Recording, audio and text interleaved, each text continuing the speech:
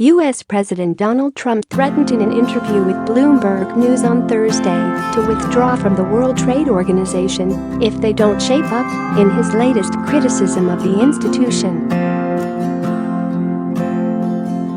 Such a move could undermine one of the foundations of the modern global trading system, which the United States was instrumental in creating. If they don't shape up, I would withdraw from the WTO, Trump said. Trump has complained the United States is treated unfairly in global trade and has blamed the WTO for allowing that to happen. He has also warned he could take action against the global body, although he has not specified what form that could take. He rejected as not good enough a European Union proposal scrapping tariffs on automobiles, a move which threatens to amplify a simmering transatlantic trade dispute.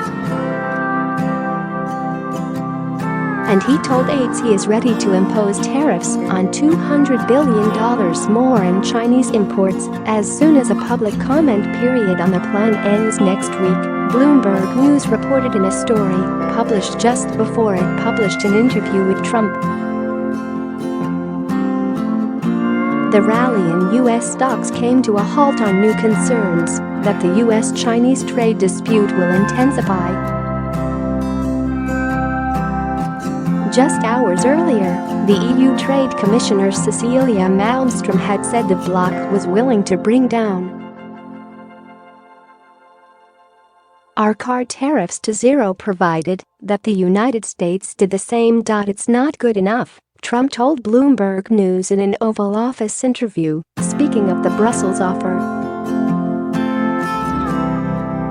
Their consumer habits are to buy their cars, not to buy our cars. The White House in July sought to defuse the trade tiff when Trump and European Commission President Jean-Claude Juncker met and pledged to work towards a limited trade accord that would eliminate customs duties but excluded the automobile sector. Trump on Thursday also compared the EU to China. He has reportedly threatened to slap import taxes on $200 billion in Chinese goods as a trade war escalates with Beijing.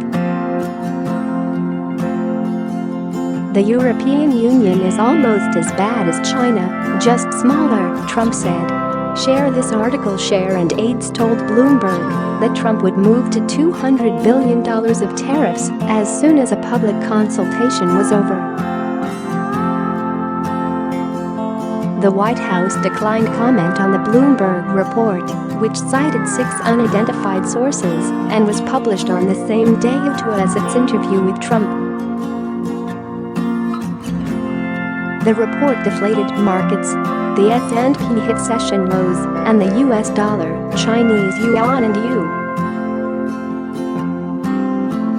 U.S. Treasury yields also fell. Trump has credited his electoral success to his hard line on trade, which he has argued hurts U.S. workers and favors foreign competitors. Washington is demanding Beijing improve market access and intellectual property protections for U.S. companies, cut industrial subsidies and slash a $375 billion trade gap. The world's 2 largest economies have already applied tariffs to $50 billion of each other's goods in a tit-for-tat trade war. Talks aimed at easing tensions ended last week without major breakthroughs. The new proposed 25% tariffs would affect consumer products including home building supplies, technology products, bicycles and apparel. A public comment period on the proposal is set to end on September 6, and Trump plans to impose the tariffs after that deadline, Bloomberg said. Some sources said Trump had not made his final decision, the Bloomberg report said. Trump administration officials have been divided over how hard to push Beijing. Trump, who has threatened to impose duties on virtually all of the more than $500 billion of Chinese goods exported to the United States each year, told Reuters in an interview earlier this month that resolving the trade war with China would take time and that he had no time frame for ending it. His threat to the WTO comes at a time when his protectionist policies have sparked a wave of trade wars, and the institution best placed to help settle trade differences is facing a deepening crisis. This week, Washington blocked the reappointment of a WTO judge, increasing the risk it could soon find itself unable to fulfill its key role in arbitrating disputes.